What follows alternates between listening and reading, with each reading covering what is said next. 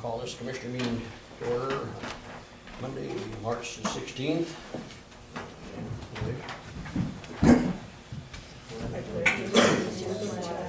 United States of America, and to the republic for which it stands, one nation under God, indivisible, with liberty and justice for all.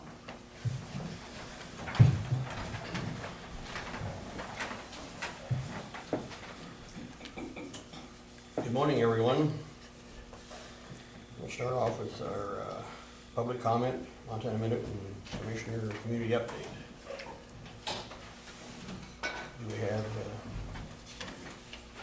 public comment? Okay. Sorry. That's fine. Go ahead. Sharon Joy. March 16 is the American Legion's 96th birthday. I was wondering if the county commissioners would consider doing a proclamation on that event. We will be having our birthday party given by the auxiliary on the 22nd, if that's next Sunday, this coming Sunday. Thank you. What is the date of that birthday, Sharon? March 16th. It's today. Oh, happy Oh. birthday. That's the Could official somebody birthday. repeat what she said? I could hear her talking, but I couldn't hear what she said.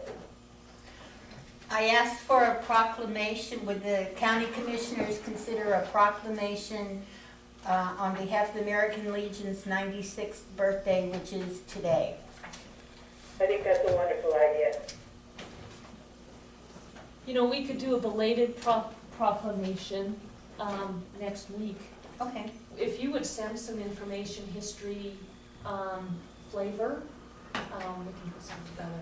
Okay, thank All you. right. Raise your hand.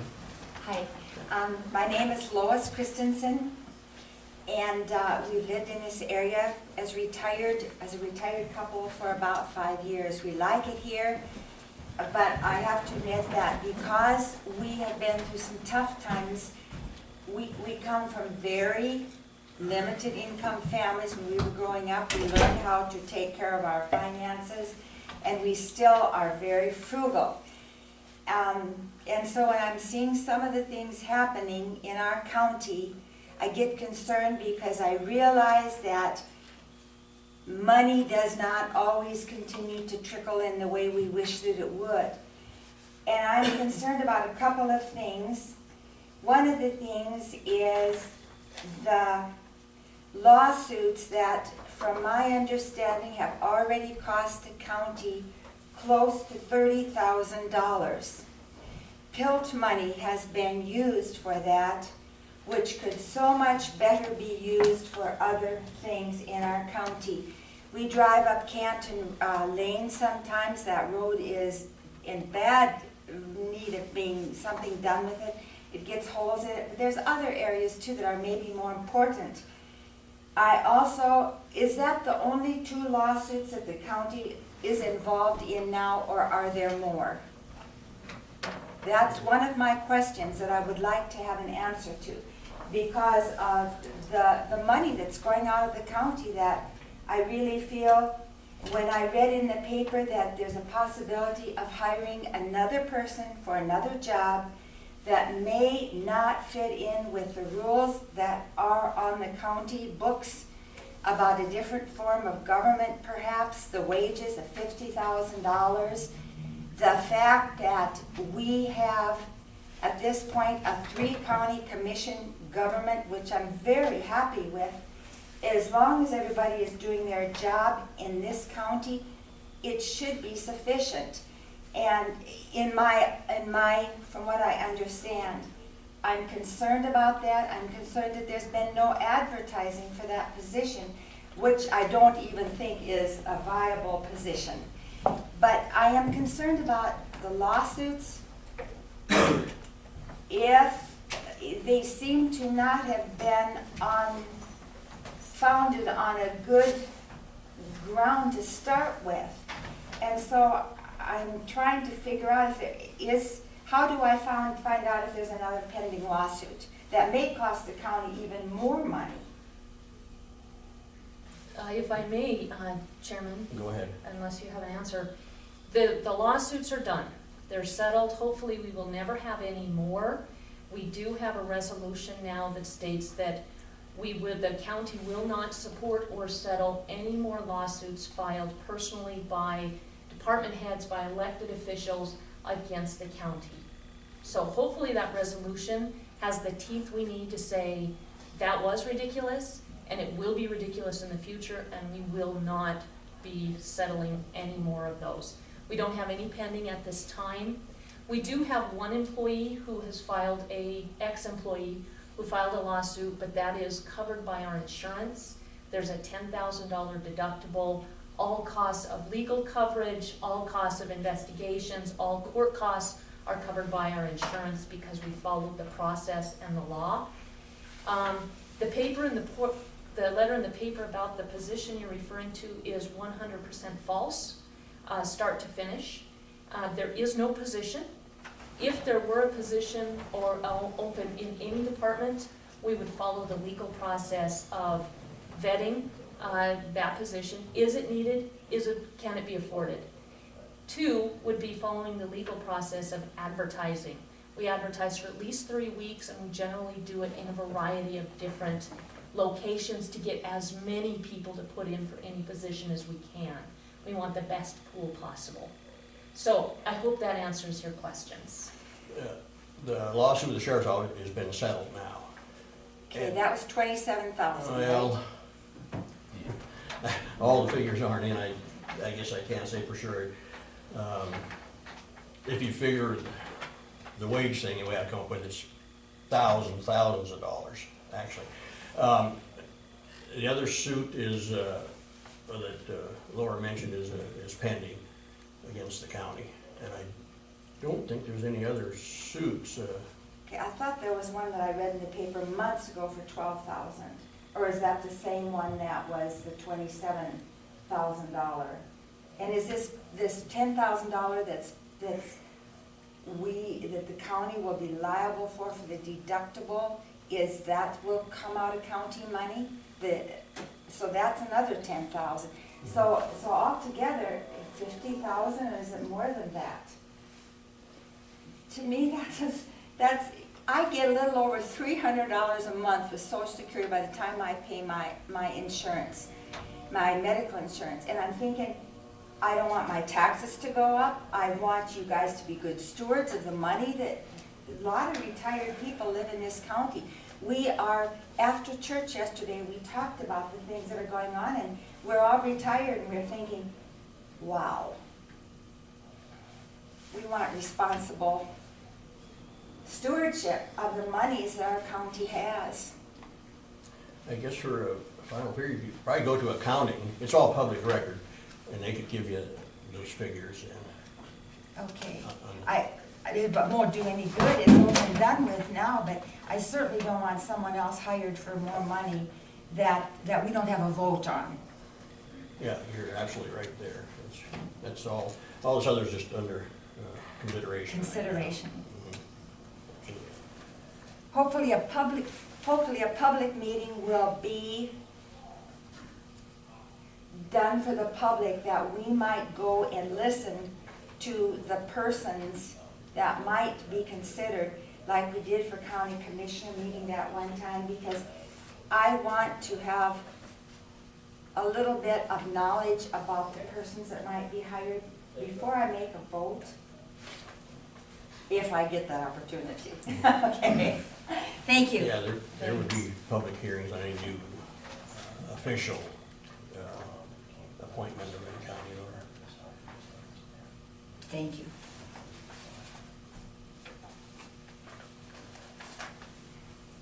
Did you have something, Corey, before you have I to? do. So, as you're aware, we filed a lawsuit last week against a man named Assad Khan for negligent homicide for that vehicle wreck up on the north end of the county. And because of the nature of the case, I requested assistance from the Attorney General's office, and there's a lawyer from the Attorney General's office named Catherine Truman who's been assigned to assist as co-counsel in this case. So to do that, the county will need to, the commission would need to pass a resolution authorizing the Attorney General's office to assist, and I'll just it's here ready for you, but it basically, under Montana law, the Attorney General's office and the prosecutors in the Attorney General's office are allowed to do this. And the person that we're looking at, her name is Catherine Truman, would be basically designated a special deputy county attorney and would work with me on the case. And the resolution that I have to present to the commission would authorize that, and then the Attorney General's office charges no fee for that time that she's a state employee. Just like in any other case, if there's costs that are associated with the case, then our office would bear those. So that's ordinary course of business. There's no additional fees that come from it. But anyway, so I have a resolution to give to the commission, and once you approve it, then we would need to file it, and then she can then enter her appearance as co-counsel with me in this case. Just a question, do we have to have a public hearing on this resolution, or is it something we can just vote on? I don't think you need a public hearing. Okay, It's so already, this way we can get it done. excuse me, yes. Would we have to have it on the agenda first? Or is this something we can just do today? I think it's something you can just do today. Basically it's a ministerial act Right. to facilitate prosecution of a criminal case.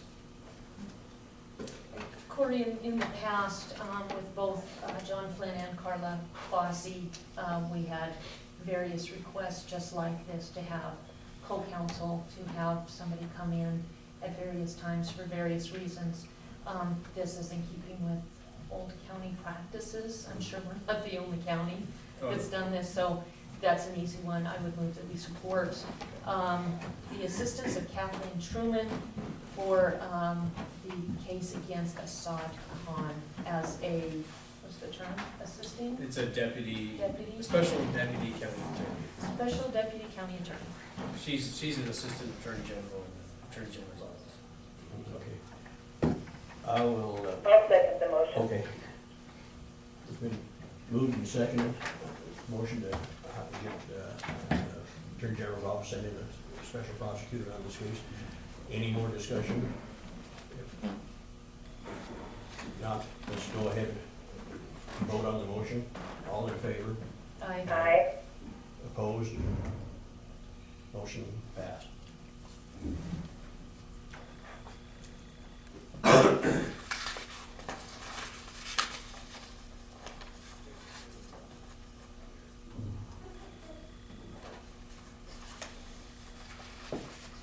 Elaine, can we stamp your signature to Yes, this? please do. Okay.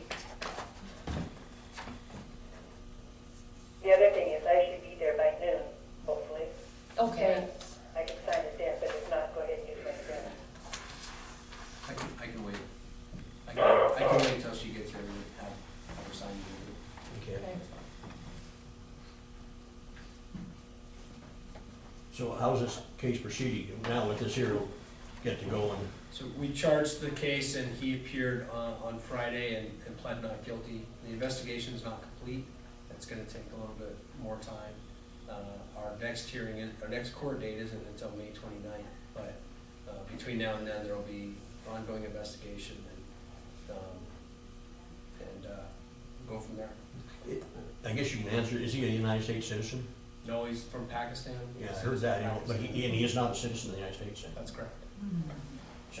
No, and if I can, Yeah. you guys are, you will see some claims from the Mint for food, because Assad is a Muslim. He does not eat pork, beef, chicken that's not prepared by a fellow Muslim, and so he only eats rice and fish and salads. So we've had to go away from the quick chill for him in order to meet the requirements set forth by everything that the jail standards, National Institute of Corrections, everything. We have at the ACLU as well, and since he is a pretrial detainee, he's afforded every right as every American citizen has as well. So you will see some claims because we've had to alter his meals. It's been interesting. We had to find him a Quran in Arabic. We have to get him a prayer rug, and we have to accommodate him as very best we can. So you're going to see a couple things come across your desk. us about, it's about SODCON. So, unfortunately, we can't pick the criminals that decide to break the law in our county. We just have to conform to the standard and take care of them, so. Okay? So, that's all I have. Thank you. And thank you, Corey, for getting around here. Can I ask a question? Go ahead. Is Mr. Jesberger here now? Not yet. Not yet, did you hear that? Yeah, I did. Okay. Hopefully this week.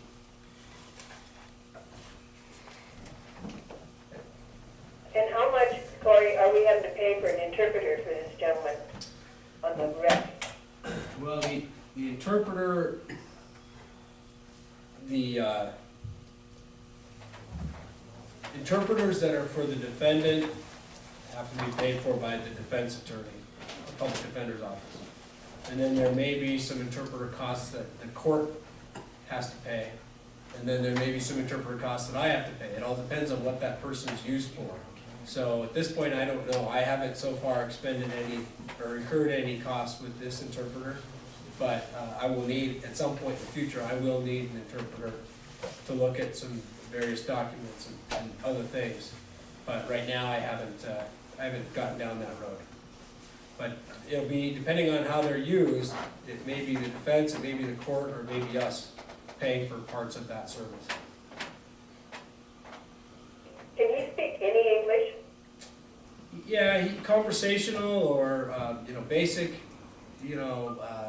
getting around English, but once we start talking legal issues, it seems that he can't. So, those are where, to ensure that he's advised of all his rights, we insisted that he use the interpreter.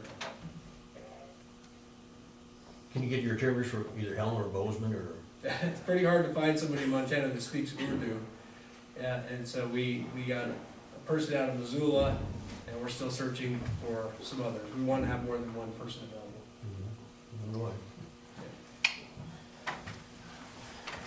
Thanks again. I don't understand how he can drive a truck and get through the scales and everything and not speak English. We dodge the scales.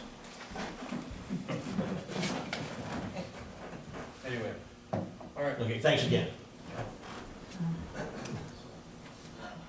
More problems. Any more on community update or Montana Minute for anyone? Or any other comments?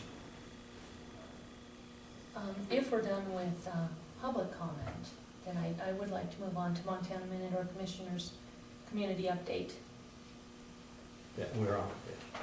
All right, as far as the Montana Minute, there's been an awful lot around the state, especially with the legislature in session about some of the economies for some of the small communities around Montana. Broadwater County is doing fine. We've got a diverse economy, so we don't rely just on oil. We've got a good, healthy agricultural economy. We have good mining. We've got logging. RY Timber just got 2 more contracts on national forest ground, which is huge. Going in the right direction there in many, many ways.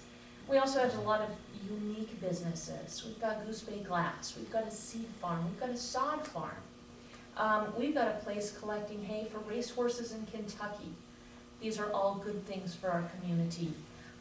We had a hospital meeting this week, and the board, a variety of the boards, but the board, THS board, was there talking about where the hospital is at, where it had been, and one of the questions to start off the night was, are you guys making money? And the answer was, sometimes. Well, it's only been 2 years since that place was all but shut down. In 2016, they expect to be financially solvent and solid if they stay on the same trajectory. So this is not only a good thing for those of our citizens who need a hospital to save their lives, but for family members who have family members that may need to stay in the nursing home instead of going into Helena or Missoula or Bozeman or someplace where they do not have any friends or family. And economically, having a good, viable hospital is a good thing for the taxpayers. It keeps taxes lower and keeps businesses viable like drugstores, like grocery stores. So I just wanted to give a kudos to Broadwater County, our economy is doing pretty good in relation to the rest of this, to the rest of some of the state right now. So that's all for that. Okay. And as far as the commissioner's community update, if you're on to that, I don't know, Franklin, or if Elaine has something? I attended the BCDC dinner the other night, it was very nice. Okay. Yeah, thanks for coming to that. I attended the It was Elkhorn, good. I attended the Elkhorn Restoration in Helen Tuesday. Also attended the hospital meeting and the Conservation District meeting. Other meetings this week, excuse me, the airport board met with the FAA and Montana Department of Transportation over their CIP. BCDC did have the annual dinner. We have a couple of new board members. Thank you very much to those. And the hospital meeting was this week, and Montana Board of Crime Control was all day Thursday. Okay. That's all I have. Any other comments from the I guess I just have one, and it's in reference to the DES agreement for the generator. Did you guys sign off on that, or have you seen that yet? We haven't signed off. I think he had, I did sign it as For the rodeo club? I did sign it Monday the 9th, I believe it was. And so I did take care of it. I just didn't know if it got back to you folks yet or not. So I know they were gonna go to, I think the fair board had to sign off on it as well. And then it was coming to you guys. I just didn't know if it got back, so. you'll probably send it to the county attorney after he gets. He'd already signed it. Oh, okay. So, yeah, I just didn't know if that had come back to you guys yet, so. Okay. Chairman Nguyen, I believe it's in today's mail. I Okay. think I saw it with your handwriting on a sticky note. I should have signed it. I should have. There was Yeah, something, that was on the very front. there was something here, it's just to sign and get back to Win. I did Oh, see okay, that was that's the MRDTF agreement. And I guess I'll specify that. You know, that's for the fiscal year 15-16. It's a memorandum of understanding. It's basically the same document, just changed in the, I guess, the fiscal years and some other things. We're still going to have an active agent as part of that. To be honest with you, it's kind of a struggle. And right now, that memorandum's understanding is that we're still going to participate with MRDTF and Missouri River HIDA. And we're going to grant them access to come in and work our cases for us until we can get somebody in that spot. There's been at some point we'll have a discussion, I guess, and I'm kind of curious to see if there's some cases that are pending on the federal level that I'm kind of seeing where those go to determine how I want to proceed with a narcotics officer. Again, we have a huge issue with it, and it's kind of waiting to see how these things play out. But it might be something that we have to look at in a future aspect of. Right now, it was funded one day by MRDTF and War Crime Control Funds, and the other one was funded by the Sheriff's Office. 2 days is very hard to combat. I always love the analogy, it's a war on drugs. Because a war on drugs, we put 100,000 troops on the ground to fight it, and we don't. We've got, 75, I think, in the state to deal with a million population of people using illegal narcotics and even prescription pill abuse. So it's not really a war on drugs, but we might have to look at just what's coming down the pike to determine if we want to change our method of operation in regards to drug enforcement in Broadwater County, if we want to keep it at a part-time level or a day or two a week level, if we want to move it up to a full-time position. But there's lots of changes going on in the public safety sector in regards to our criminal cases. Assad Khan is the 12th felony that County Attorney Swanson's filed this year already, so that's more than one a week. And so he's got 40 pending cases that he's still dealing with from County Attorney Bossy. So he's got a busy plate, and we have conversations on a regular basis in regards to a general crime, sex crime detective slot and the need for it. And so County Attorney Swanson and I are having weekly conversations about trying to figure out how to fund that position, but it's gonna have to be something that we're gonna have to look at in this next budget cycle. Because the patrol guys just, as good as and hard as they try, the product that they are supplying is not in a consistent level that Corey needs. And that it's costing the sheriff's office a ton of overtime trying to get these guys, get their casework done. And so the game of court has changed dramatically. One of the cases that Harris has right now, the witness list is 33 people. And defense and the prosecution both want written and recorded statements from those folks. So you can obviously see where my dilemma is with trying to get that done and trying to have somebody who's out there to take the calls. Administratively, the times where Sheriff Thompson was here and Under Sheriff Ben Nath, where they were able to have the time to take calls, so that does not exist much anymore. It's very rare. If I get out of the office, it is away from my desk and my phone. It's for the serious things such as fatals, barricaded suspects, or suicidal people. That's when it's a serious situation. That's when I get called out. So our whole culture of Broward County has changed, and so those are some of the things we're looking at. And so I would appreciate if you guys review that memorandum of understanding with MRDTF. And we'll kind of keep that wheel in motion as it has been in the last 20 years. But also keep in the back of mind, we're going to have a conversation piece at some point to see how we want to go about our illegal narcotics problem within our own county. So, and what's going to work best.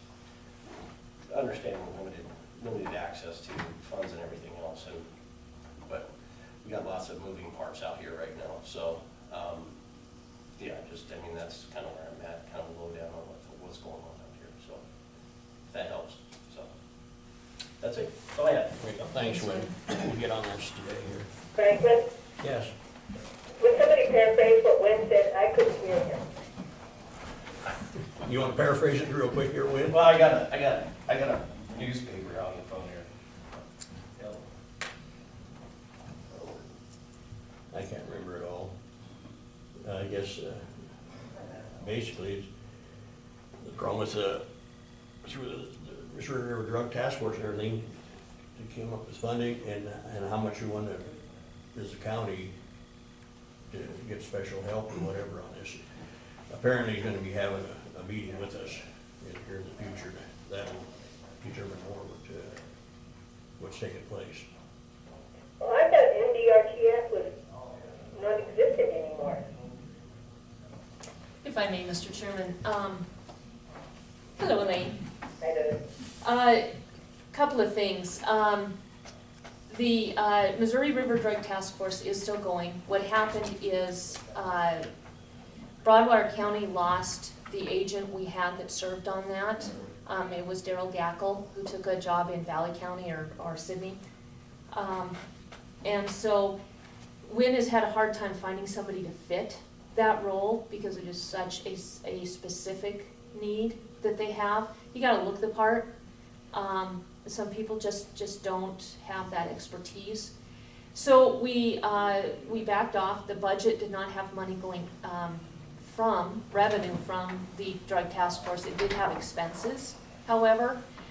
So what we've done, or what Wynn is suggesting, is that we sign an MOU that we are still interested in working with them, but we are not going to take any revenue because we don't have an agent. So it's going to stay with Bozeman. Right now there have to be at least 5 agencies involved in a drug task force. So we're still working with them, we're just not taking any revenue.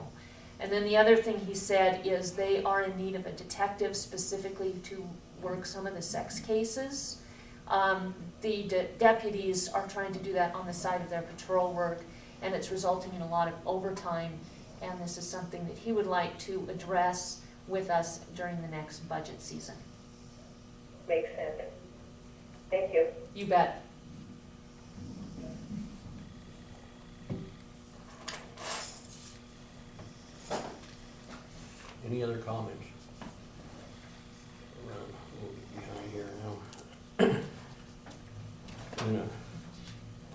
close our regular meeting now for a public hearing. Public hearing, resolution authorizing participation in the Board of Investments annual rate tender and approving the form and terms. Is there any public comment on this?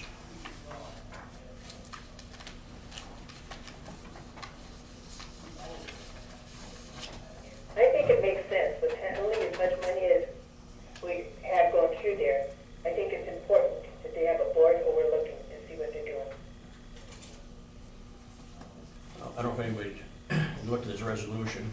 I'll just hit a couple spots on it here.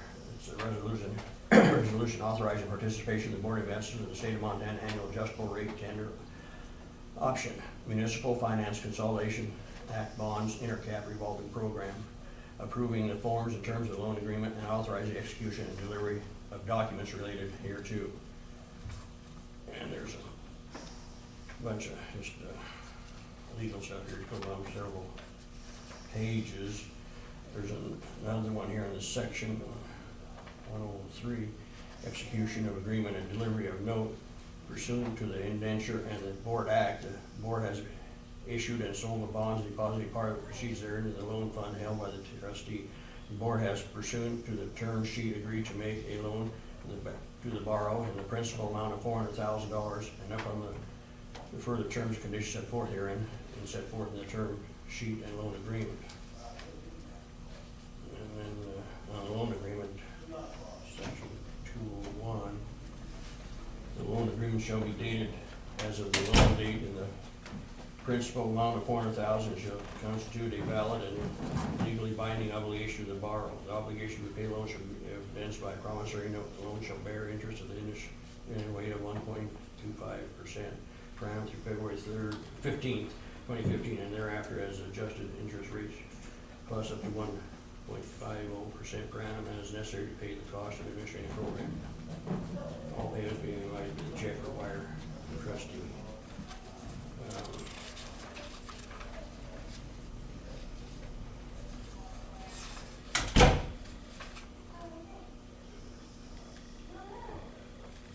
Payments here, I guess here's 3.2 of the county.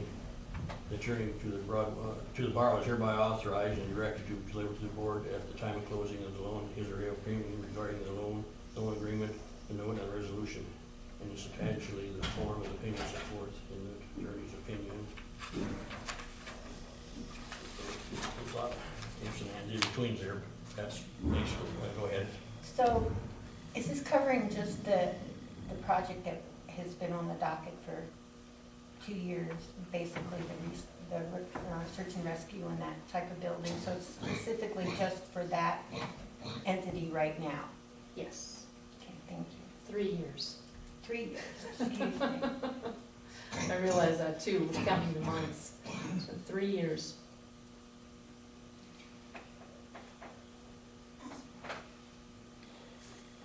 Any more comments on this public hearing?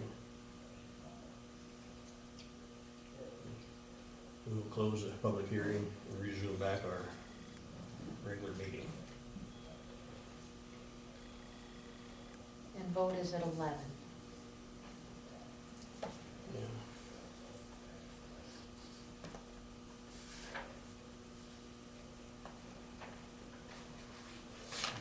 In the meantime, we'll go through some of the mail here. This is that one that Wynn was just talking about, the sign. Do we want a motion on this here? This memorandum of understanding? Yes. Anything we sign should have a motion and a second. And I did look at this week. I move that we sign the Missouri River Drug Task Force MOU for fiscal years 16 and 17, or fiscal year 17. I'll second the motion. Secondly, sign the memorandum of understanding with the Missouri River Drug Task Force. Any other discussion before we vote? We'll vote on the motion. All voting in favor? Aye. Aye. Opposed? The motion passed.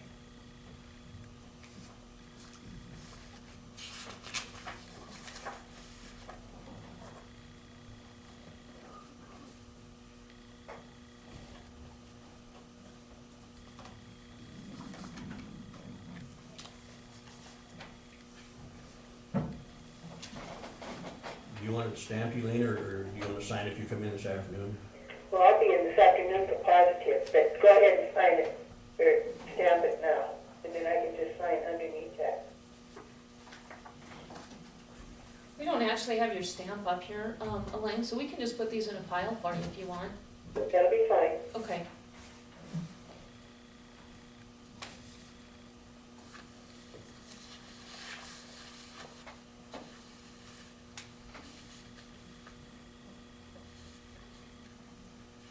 There's this public records request. And I guess you went through this, it's,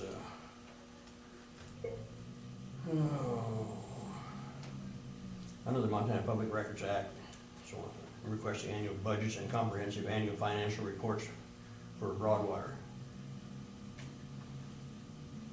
And this, it is from, I saw it here somewhere, it's California Common Sense. But apparently we have to turn this over, it says here, we deny the request and have to advise them in advance of estimated charges and different things. Don't we need to send them something telling them what it's gonna cost? Yes, see, please send records upon. I ask that you waive any fee associated with the request as we are a 501c3 nonprofit, EID 2731284663. If you deny this request, please advise me in advance of the estimated charges associated with fulfilling this request, including a detailed explanation of charges.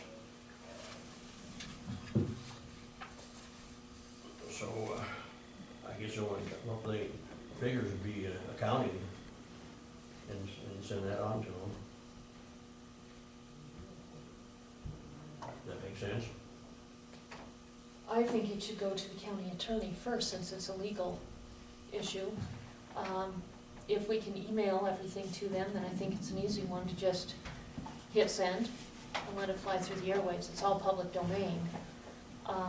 But I do think that any legal request should go through the county attorney first. I think that makes sense. It sure does, yeah. Okay, I'll just, I'll go ahead and give this to Corey here today.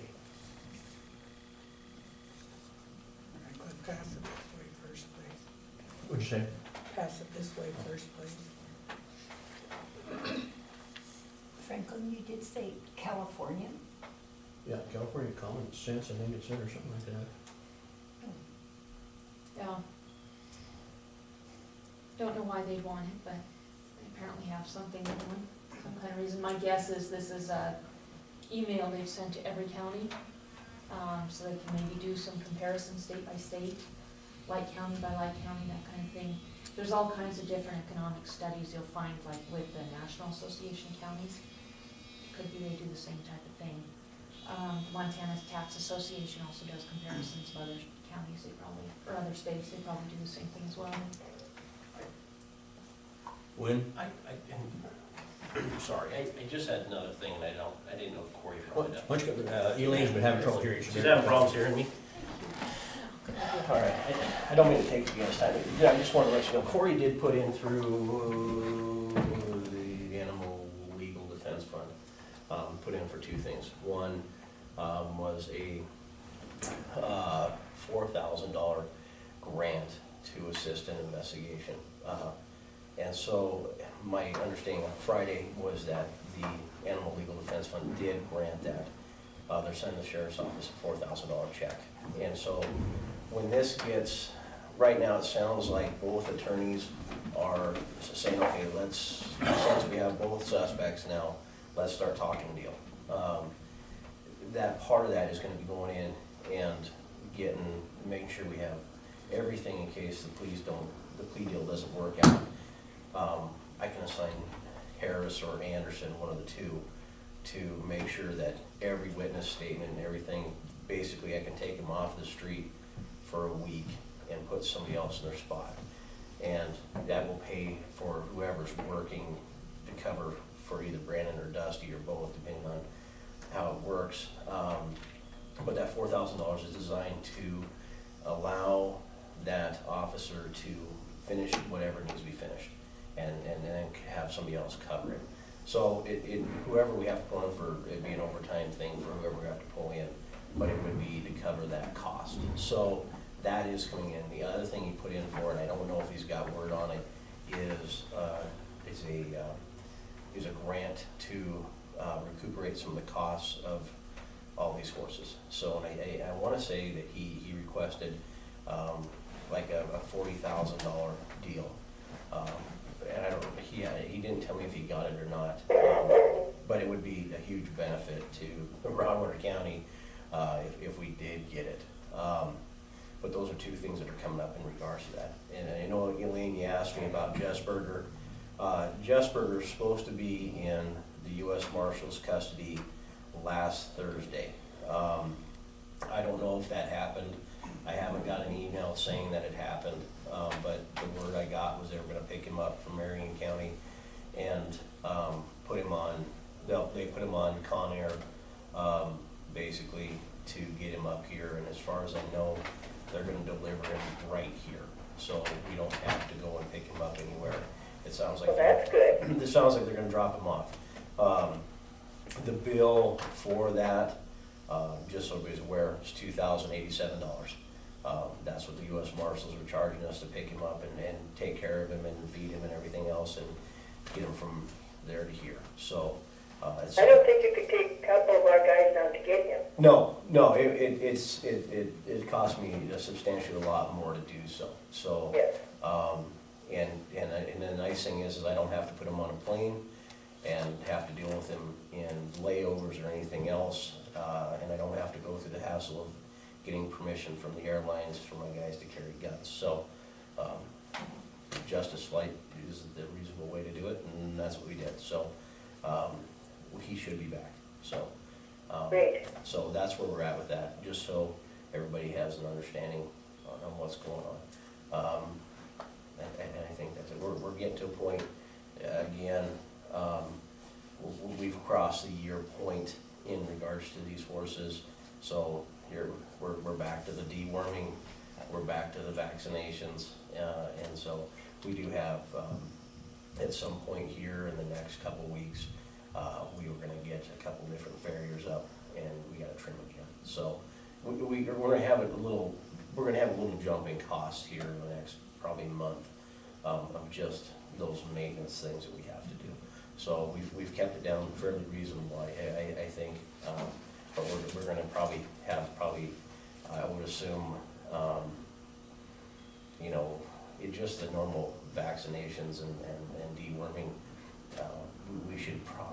we're probably gonna see another $2,500 increase, I would imagine, because we do have to. Don't you have to vaccinate for West Nile here pretty soon? Yeah, but, and there's a couple of horses we have to sedate to do anything with them anyways, so we're gonna have those costs as well.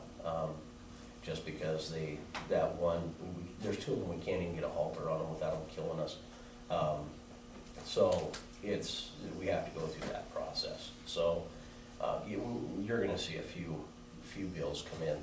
And then I think once we get past, the trimming and the vaccinations, we're gonna be back to kind of the status quo where we've been in the last, couple of months, the pretty static numbers. So it hopefully, and then we can hopefully get this resolved. And I think with the civil lawsuit to dissolve the company, that Corey had filed, we should. Do we have people kind of indicating that they'd be interested in adopting the horse? We have a few, and I think that, there's a couple of them we had lots of interest in last fall, but I haven't heard anything on them. But I think once we get to a point where we can say, okay, we can adopt these out, we'll get those interested parties back. I think it's just everybody's been waiting just because of the length of the case and Mr. Jessburger taking his hiatus in Florida and Texas, it's just prolonged this whole process. Makes sense.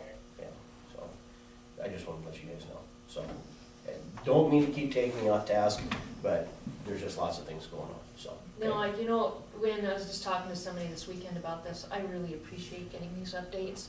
And I don't care that you're in the middle of the agenda, I think getting these updates are much more important. you guys coming in and telling us about Jess Berger last week or the week before. I thought that was tremendous, and I have to say, being here right next to you guys gives us an avenue for a whole lot more interaction and communication than we've ever had. Well, So and- I appreciate it tremendously. Oh, and that's what, trying to, you guys are the ones getting the bills. And, if I'm not coming and telling you why you're seeing these, you're not gonna understand. You're looking at it going, what in the world's going on? And so, it's, right now, unfortunately, it's tax dollars that are paying these things, and we're trying to do our best to keep those numbers down. We still haven't hit the pinnacles of other cases. The Toole County case that cost $1 million. It's the Jefferson County dog case that cost $675. For what we dealt with and what we've had to deal with, hay costs, medical, vets, everything, it seems like quite a chunk of change, and I even in my mind, I have a hard time wrapping my mind around it. But I think we've done well. We've kept costs down pretty significantly compared to other cases that other counties have had to deal with. So, I was hoping that Senate Bill 115 would have gone the other way, and it would open some doors for us and made these things a lot easier to deal with, and it didn't, and so be it. So, but yeah, I'm trying to keep you guys appraised of what's going on and what's going on We appreciate that, Lynn. with everything. So, it's hard to understand from the newspaper.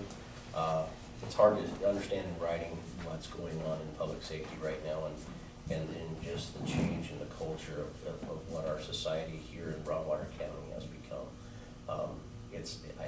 When I was a new recruit here 15 years ago, I was like, man, this place is boring. What I wouldn't give to go back to 15 years ago and be back to the boring, nothing really happens stage. It's a lot like Helena anymore, and it's painful. So, as long as you guys understand, we're doing what we can with what we have, and we'll go from there. So, that's it. So, okay? Thank you for Thanks, keeping Lynn. us informed. You bet.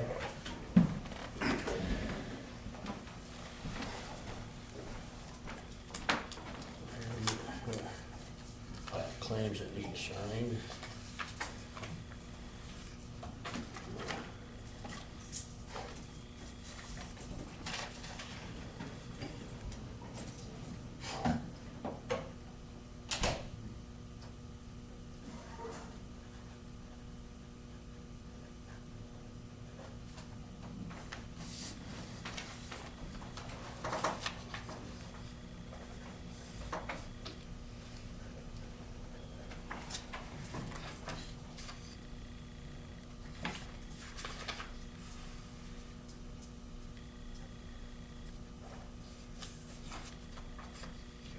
Point of order, Chairman.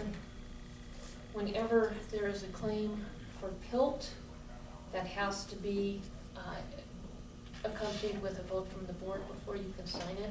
Dealt with that almost every single week. So there's one here with the bill money. We need a motion for that. Let's see. We have it every single meeting since forever. This is not the first time we've had to stop and deal with the legalities of paying that bill or others like it. You want to make a motion to Yeah, pay this bill? I move that we pay the Northwest Energy claim for the use of the ambulance building from PILT in the sum of $1,106.40. I'll second the motion. Been moved and seconded. Pay the ambulance building, the extension office, $1,106.40 for the pill money. All in favor? Aye. Aye. Motion passed.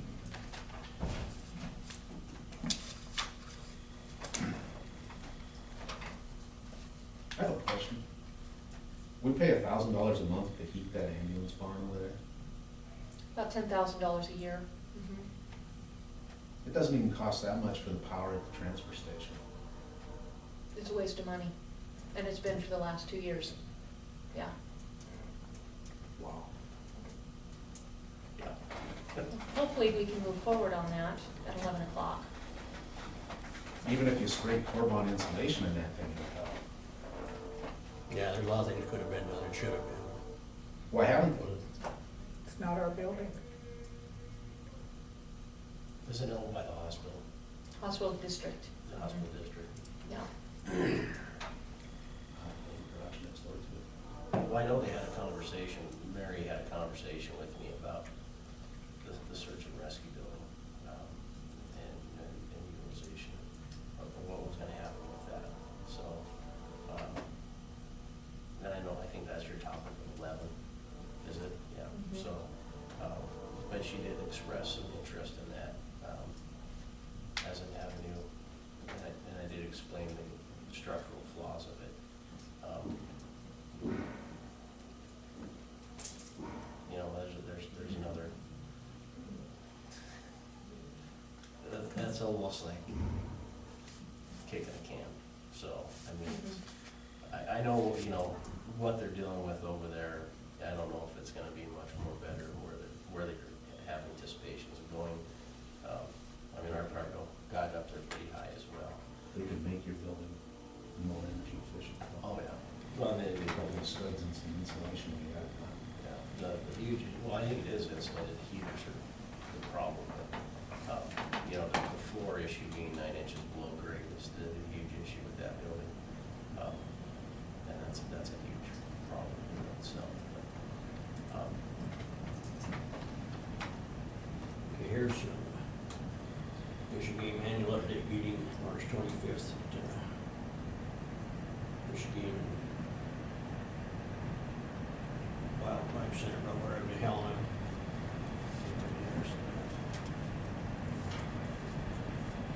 I can't hear you, Franklin.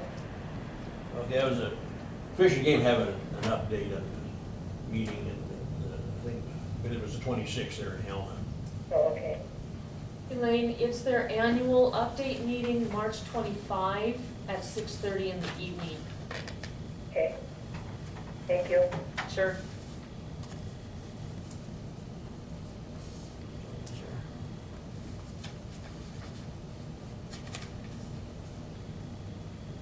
Boy, I heard back from Julie on that floodplain insurance stuff, and she said that there were no buildings, county building in the floodplain. And as far as the canisters, she said they're already covered under insurance now, so she was looking back at me, just explain that, so. Apparently everything is just same as before.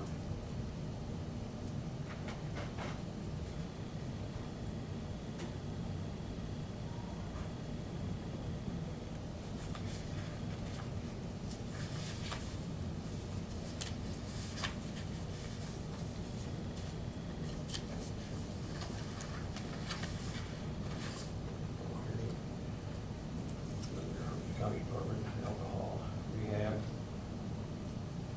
alcohol tax distribution. Signature on that one.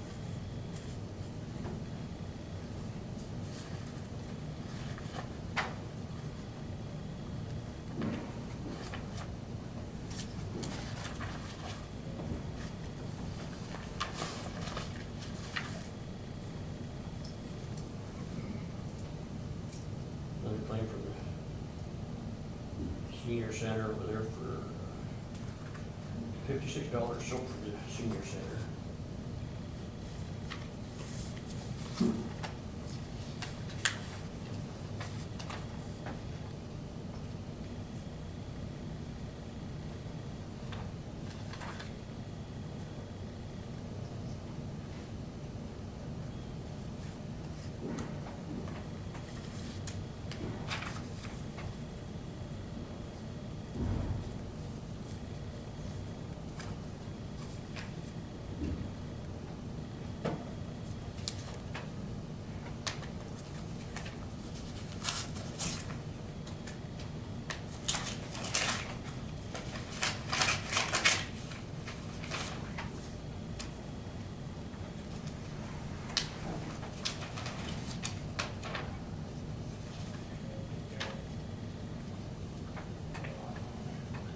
It's from the fishing game also. In the matter of the repeal of ARM 12.926 pertaining to the Clean Game Reserve.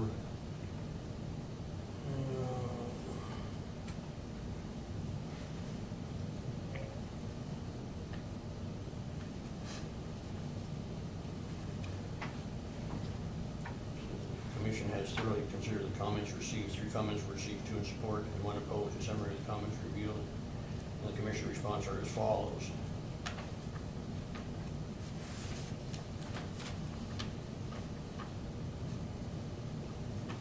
The end, it says, the commission believes the quality and quantity of wildlife habitat has changed within the game preserve. The commission is dedicated to the preservation of wildlife habitat statewide and does not believe repealing the rule designated the clean game preserve will have any effect on wildlife habitat. Comment on that? I'm gonna send this back to you. It doesn't need to go to Ann.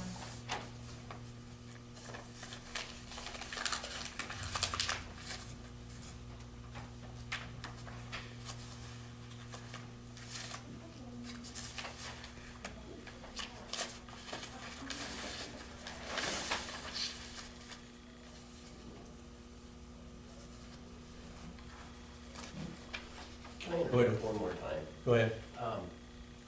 You want to step up? Have you guys met our new deputy? I have. You've met him?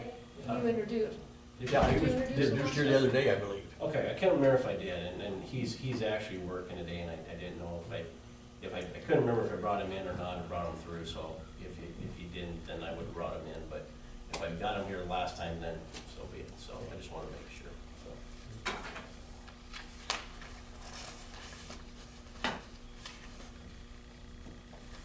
We got payroll, the amount of $140,861.02. Move we pay payroll in the sum of $140,861.02. I'll second the motion. Move second, we pay payroll in the amount of $140,861.02. All in favor? Aye. Aye. Motion passed.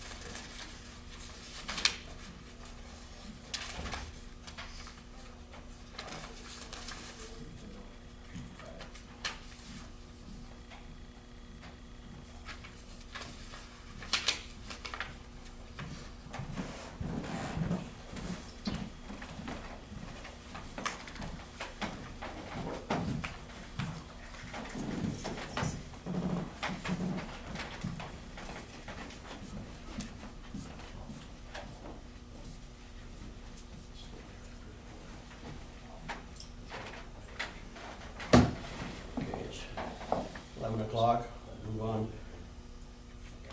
Decision, if we're going to adopt the resolution authorizing participation in the BOI annual rate tender and approving the form and terms.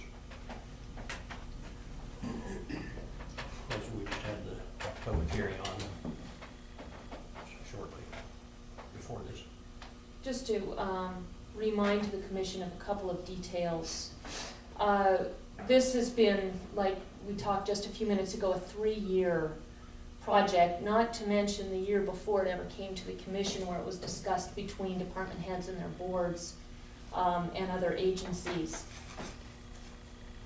We've had, during that time, we've had overcrowding, we've got safety issues that need to be addressed. We were unable to address the mosquitoes to the point that we really should have for our citizens last year because of lack of equipment, lack of storage, lack of space. For 1 year, we moved extension into the ambulance building, which was supposed to be a temporary fix. It was supposed to be finished December 31st of 2013. They're still there.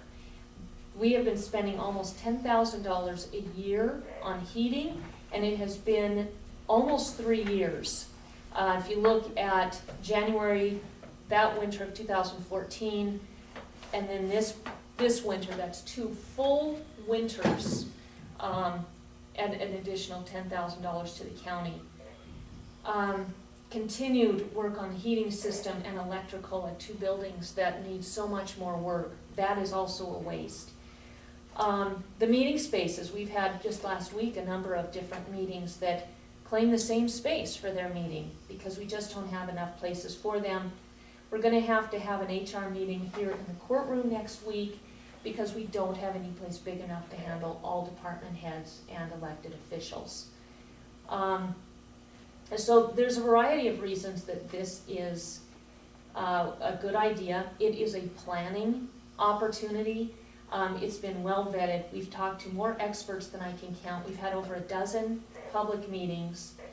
And the delay of trying to appease every single no without substance has resulted in the interest rate increasing. When we put in for this, it was 1%. When we finally got it through, it was 1.25. So that's gonna cost the county another $10,000 approximately. The department heads are gonna pay back this loan. That's already been discussed with them. Those who use the building will also be paying it back. I don't see any reason at all why we do not move forward with this plan to pay back the building. We've already voted to move forward with the project.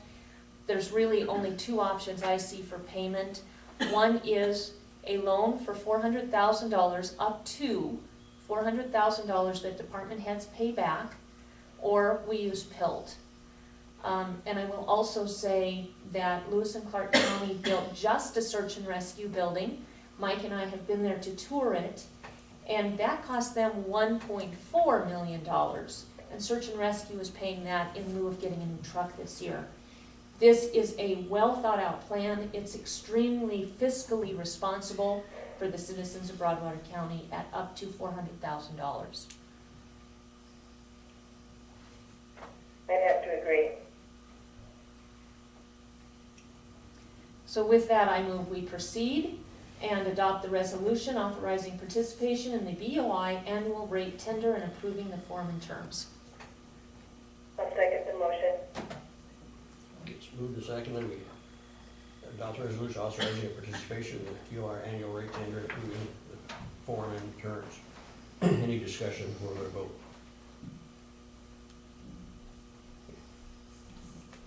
All in favor of this Aye. motion? Aye. Opposed? No. Mr. Chairman, It has passed. Mr. Chairman, we've had a public hearing, we've had 12 or so different public hearings. This is the discussion and a time for the citizens to hear what our thoughts are and why we're voting the way we are.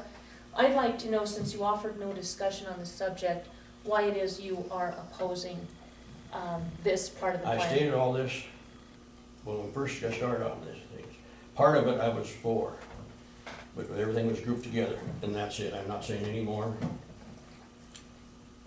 Point of order, this is kind of your job as a commissioner to share with people what you're thinking and why you're voting on their I behalf. have, I've shared it many a times. You just said you wouldn't say anything more, so No, you so why didn't. should I say any more? Excuse me, I have a question for you. May I speak? Go ahead. Thank you. So you just stated that you wouldn't be voting for this because you didn't like it grouped together. When we partner our departments together, we actually save a lot of money because we don't have each department siloed and repeating the building of a building, the buying of equipment. When we can share, we save our citizens money. What is your opposition to grouping this project together? I was always for the building with the search and rescue. In fact, that's been changed around so darn much in the last year and a half. But I was for the building with search and rescue in the storage of the vehicles and the ambulances. I was not for a modular down there with offices and all that. That's what I said before, I'm saying it again, that's it.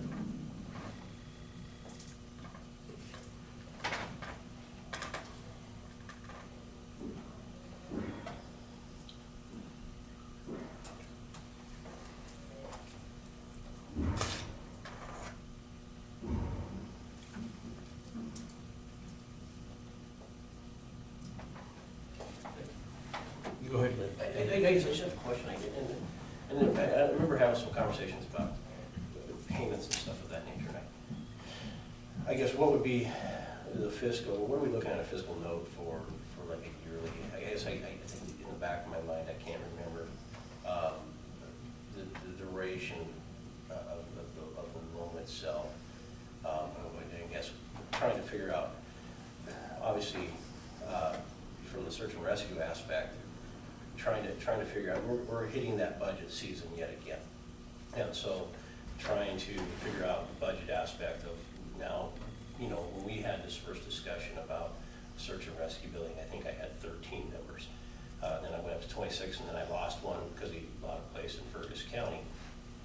still at 25. So trying to figure out my budget to try to operate and train and everything else that goes along with having 25 search and rescue members, I guess, what is the fiscal note as in regards to a payment that search and rescue is going to be responsible for on a yearly basis.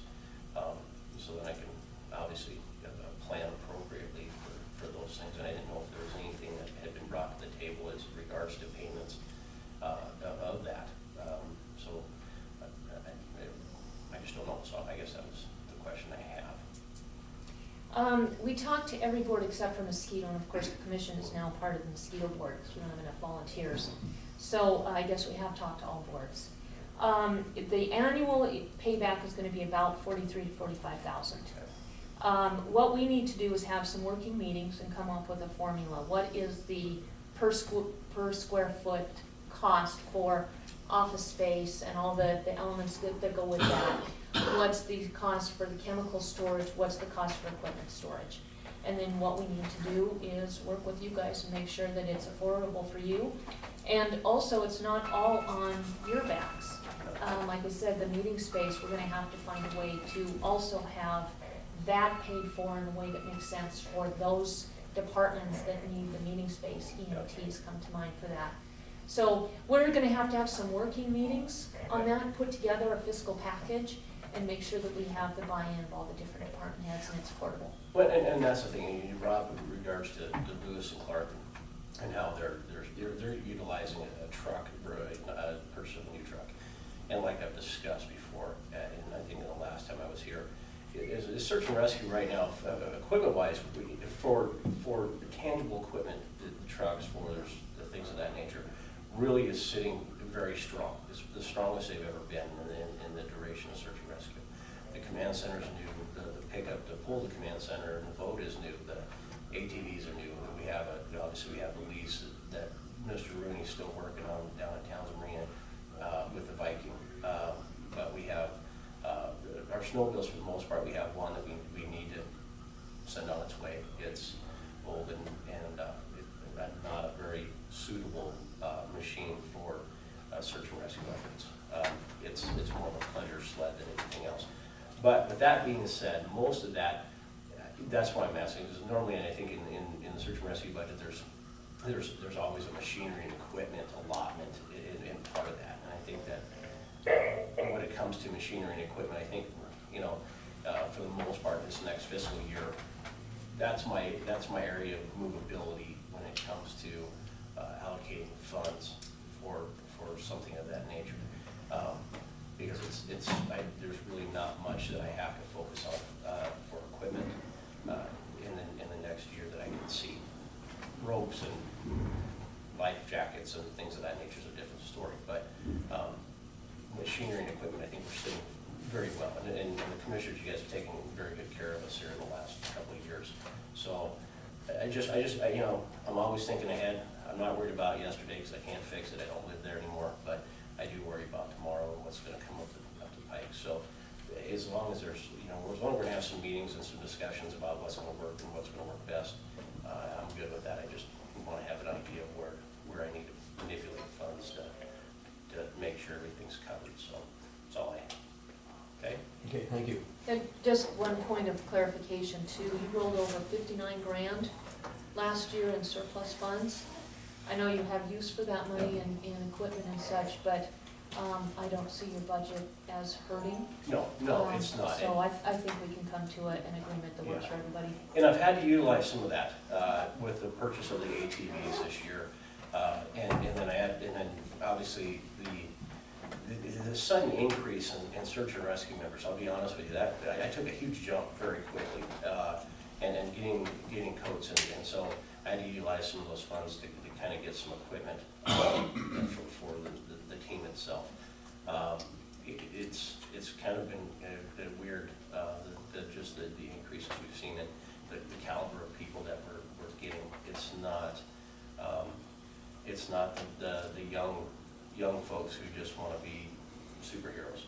We're getting some very experienced folks who have a very big desire to do some very good things for the community, and just the folks that I was looking for. And they finally started to be involved in, and we have a great team. So, in a way, I'm hoping I get more of them, but in a way, I'm just slow down, give me a second to get caught up, so, everything's working well, though, so, but I just wanna make sure we're gonna have some conversation pieces about those things and make a good plan, so we don't get in a pickle, so. Okay. Thank you. Thank you. Is there any further discussion on that at all, that I need to be present? Perfect. No. So, thank you. Thanks, Win. Does this need to be voted on? I heard a nomination and a second, but I didn't hear, take it back, I did. I'm Okay. sorry, Monday morning. That's all right. Well, obviously, I was kind of with you, because I looked at Ann and said, did we vote? So, you're not the only one. Okay, we have, On that subject, Franklin, I would like to request a working meeting,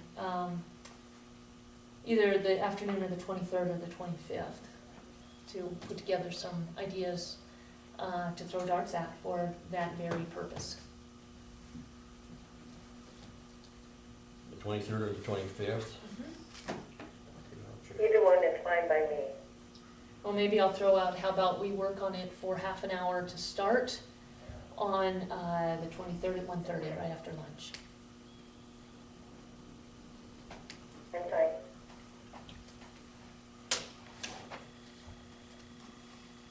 Just working meeting with department heads. We want department heads here just. I discuss. think we should put together a package, at least a framework, and then pull them in and ask them what they think. So I would suggest maybe the Just a working following week. meeting. Okay. Just for that half an hour, and then we'll have to resume some business, I would imagine. Okay, we got, So what date? I suggested Monday, the 23rd at 1:30, and that would be after the HR training. Okay. we have claims here in the amount of $64,211.39. I'll move we pay those approved claims in the amount of $64,211.39. I'll second the motion. We moved to second, we paid claims in the amount of $64,211.39. All in favor? Aye. Aye.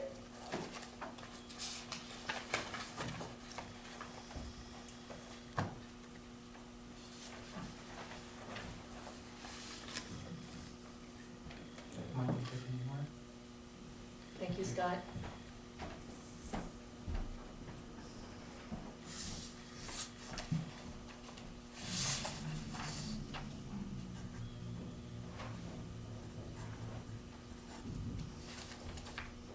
I would like to ask that Mike be in that working meeting with us. Okay, I think he has some expertise that might be of help.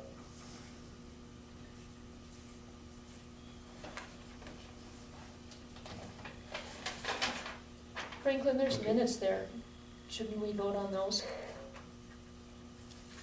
Okay, the minutes, mailed for March 9, 2015. Are there any additions or corrections to these minutes? Move to approve as submitted.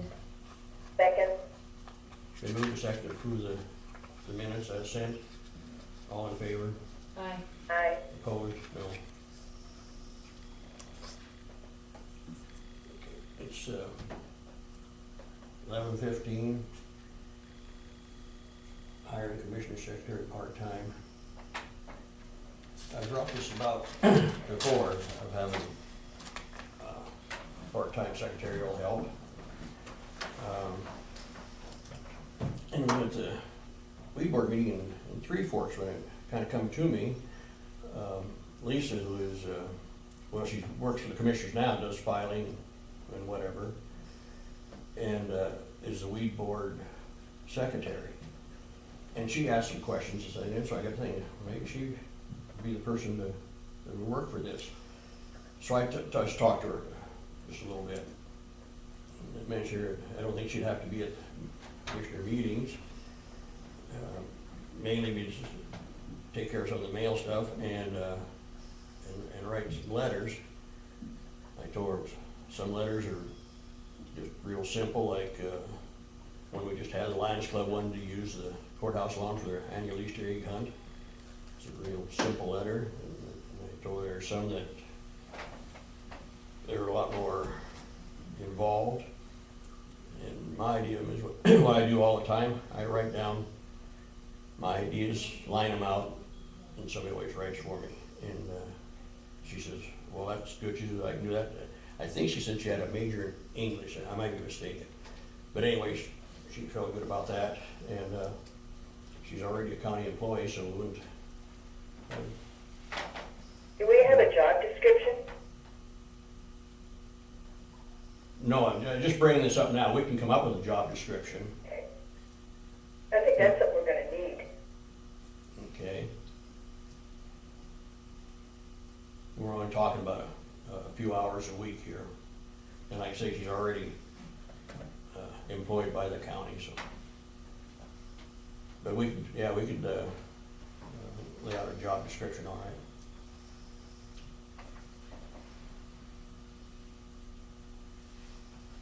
In fact, I think one time I picked up the forms from clerk and recorder on hiring, but this is,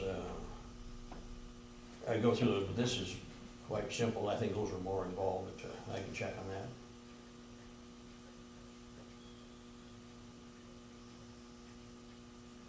Can you have a job description for us by next week? Yeah. You want to be part of it ahead of time, or should I just jot down some things and we'll decide it then? Either way. Okay.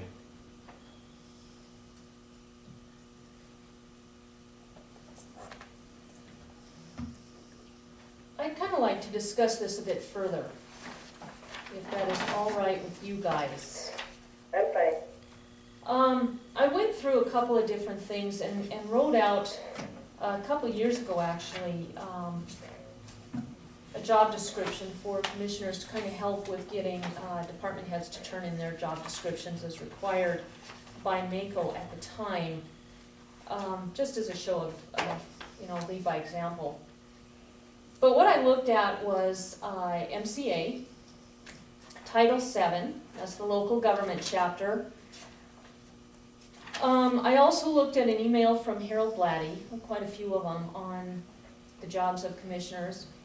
MACO, the Montana Association of County Officials, has a booklet called So You Want to Be a County Commissioner. It's about 13 pages of what a county commissioner does. A research brief was put together by the National Association of Counties, and it's called What Do County Commissioners Do All Day? And then there's ours.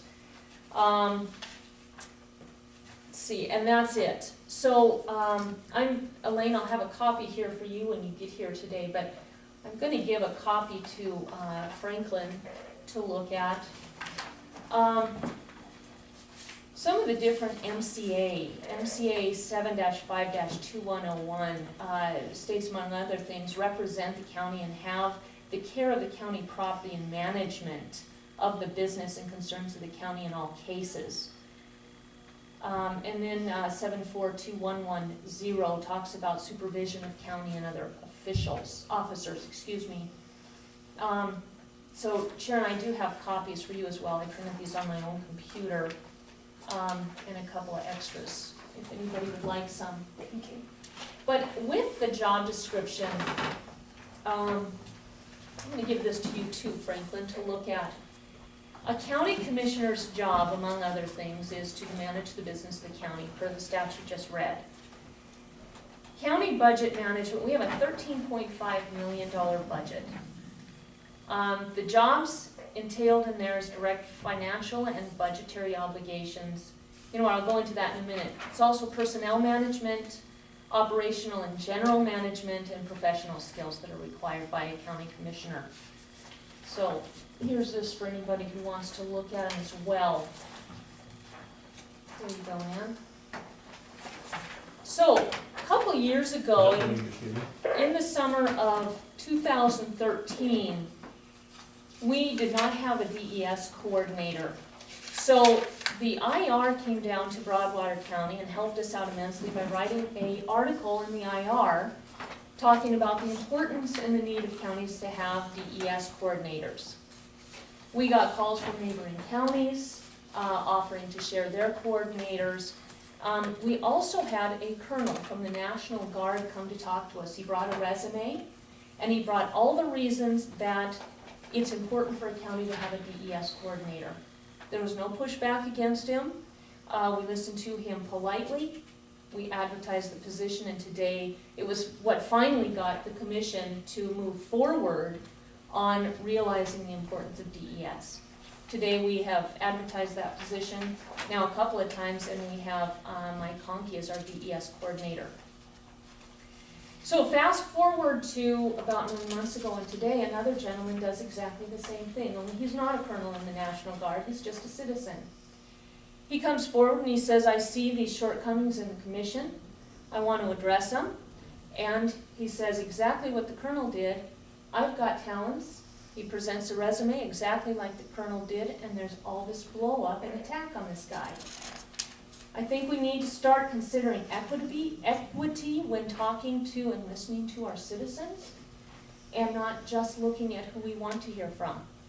Every citizen has the right to come to this commission and propose ideas, share with them their opinions that we're doing things right or wrong, and that is what Roger Halver did. The way he's been treated is deplorable. So here is a list of the job requirements of a county commissioner, along with a spreadsheet on page 2 that shows what a secretary would do, or a chief administrative officer, or what the commissioners should be doing. I don't want to get into the muck, but when we look at this and we look at the money involved with hiring new personnel, one of the things that we have to consider is money. When you start talking money, you also have to talk priorities. Wynn was here talking about the need for a detective. We have another employee who's come forward and said we need a 4-H coordinator. I have personally, for a couple of years now, been advocating for a misdemeanor probation officer. And as is proven by Valley County and other counties who have implemented this position, it pays for itself within a year. I think it's fiscal responsibility. But if we prioritize a secretary so that the commission does not have to do the job they're paid for, I think it's a waste of county funds, and that's the reason for this spreadsheet. I do not believe that any commissioner can responsibly hire anybody to do a job for our office or for us without us first doing the 26 hours a week that we're paid for and doing our job. Under county budget management on the spreadsheet, again, the $13.5 million budget is number 1.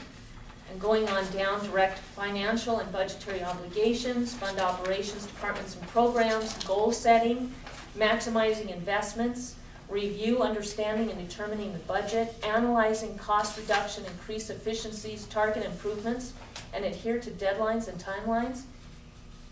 Those are all our responsibilities. So you'll find in column 1 under commissioners, X's on all of those. Under secretary, they could provide copies, or they could remind us of deadlines. Do we really need somebody to make copies for us or remind us of deadlines? Aren't we adults? Don't we have a responsibility, and didn't we accept that responsibility when we took our oath of office? I will say a chief administrative officer does give us a bit more assistance. They would present the budget, they could guide, assist, or remind us of deadlines. Again, isn't that the responsibility of competent commissioners? I say yes, it is. And I With this gal that's already working, now she's doing commissioner work now, she's doing this filing, I don't know if you use the title filing clerk or whatever, she jumps back and forth.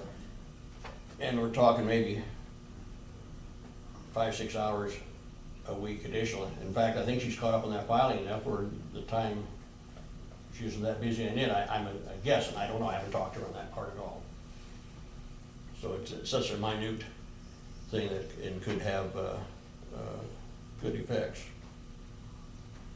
I'd like to actually debate that vehemently, and it goes back to what I said before.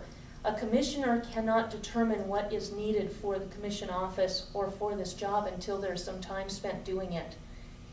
Lisa was asked to fix a filing mess in the commissioner's office. She has finished that.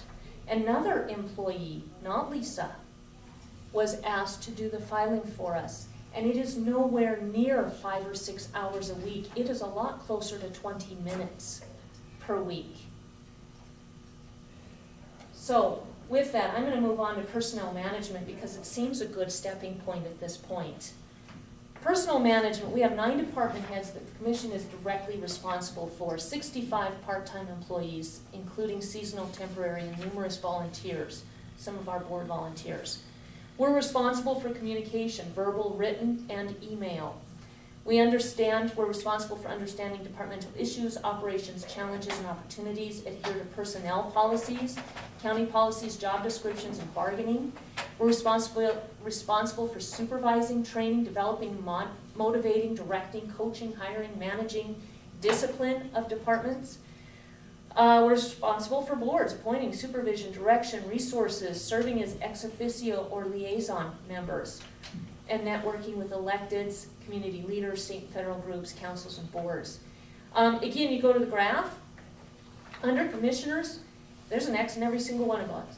Every single one of those. Those are our responsibilities. That's what the taxpayers pay us for. A secretary could, under number 2 under communication, draft only. Nothing can be sent without perusal, edit, and approval by every single commissioner that has their name on that.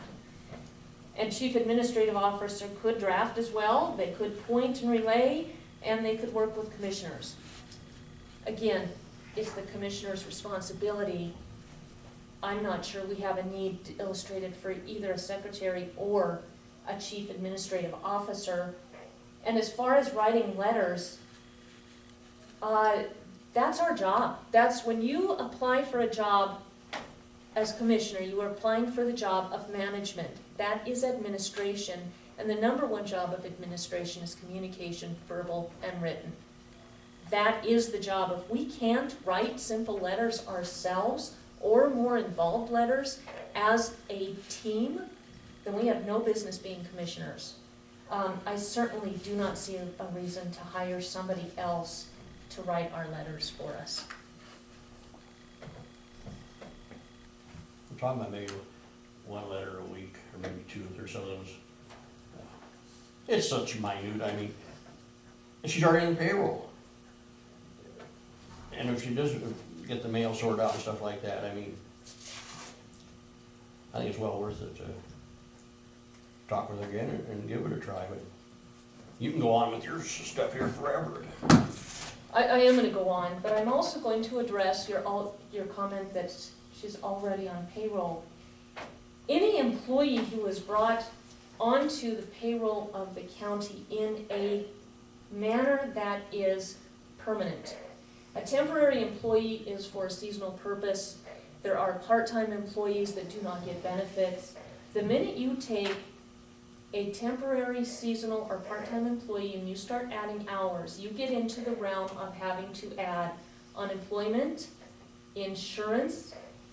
Our health insurance is a benefit of about $1,100 per month paid for by the county. Is that good money to spend for someone to write a letter or 2 for the commissioners per week because we can't seem to do our job? You're talking about 5 or 6 hours, I don't know what she gets right now, $12 an hour or whatever. I'm not even gonna talk about If this that's one it, employee. we're talking about $60 if that's the case. I think you're getting dangerously into the realm that should be actually behind closed doors. So I'm not gonna be talking about one employee, I'm talking about an employee, arbitrary employee. Anytime you start adding hours to someone who's part-time, you are looking at now having to add Absolutely, I benefits. understand that. That's Okay, what we're gonna so- keep from that. Should still just be part-time. And in this particular case, the one I'm talking about, maybe there's somebody else, I don't know. But She's the Okay. only one that I talked to. Another thing with this, I'm gonna move on. Operational and general management, again, responsibilities of the commissioners, gain knowledge, learn, understand issues, information, studies, history, data, and facts. Read to comprehend, law, studies, analysis, data, expert testimony. Interest in problem solving, promote county business and operations. There's, on the spreadsheet, there's X's in every single one of those. For a secretary, there's one X, they could relay some information. Chief Administrative Officer, they could relay information. The responsibility for learning, for having a curiosity lies with the commissioners. Period. Nobody else can instill that curiosity and drive to want to do something for the county for us. That's our responsibility. All right, I'll move on. Professional skills. This is, again, to the administration, but you cannot administer a $13 million budget and 9 department heads without having proficient skills in computer systems. Excel, Word, Explorer, Outlook. You have to be able to build relationships, work in a group dynamic, be self-motivated.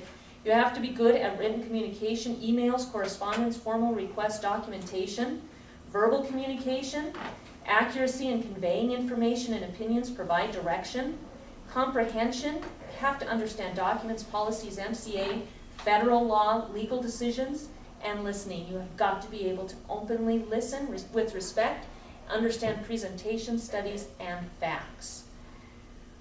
If you look again at the graph, there's X's in every single one of those for the commission. For a secretary, there's 3 X's where they could assist or draft something or relay. Same with the chief administrative officer, they could draft. That's all that they can do. The responsibility falls to the commissioners. If this commission wants to look at hiring anybody, we have got to advertise that position in full view of the public. We cannot pick somebody and just assign them a job. If we are going to look at an employee already on staff, we can give a job here or there to them if they are capable of doing it and have the expertise. But to just arbitrarily suggest someone and select someone without any consideration as to the amount of hours they are out right now and how many more they have to serve and what it's going to cost the county is irresponsible. All I did was bring out some ideas. I visited with this one gal. And no matter what, it would not be a full-time position, absolutely not. He's already working for the county. And the thing of it is, maybe be, at the most, it looks to me like it'd be $100 a week. Where we're talking, if we had this chief administrator, we're talking $50,000 a year plus benefits. This employee here would still be without the benefits. Commissioner Slivka, in all due respect, we are talking about hiring a secretary part-time. We're not talking about hiring a chief administrative Well, I'm going officer to at this what point. Colbert was saying about it. Now, Franklin, you need to understand some things here. Employees do not receive the benefit of health insurance of $1,100. I know that. Franklin? Saying it, Franklin, go ahead. thank you. You need to understand the law. An employee does not receive health insurance benefits on the backs of the county taxpayers at only full-time employment. There is a line of part-time where they get that benefit. You need to understand that because you. That's why I said all along, that's why she wouldn't fall under that, if we go with this person here. The Do one I just not used. yell or get violent. I'm not You sit getting down and violent. be professional. You had your hand up? I just have a couple of questions. One, who's paying for this? Where does it come from in the budget? And is there money available for it? Be, same, out of the commissioner's budget that's paying her now to do the filing and stuff like that. And the second question I have is, as a department head of the county, I have administrative duties in my job too. I don't particularly like doing them. I don't particularly like to do billing, but that's how my department gets revenue. So it's something that has to be done. I don't particularly like writing letters when I find people's trash and garbage that shouldn't be there. But I write them letters to say, don't use our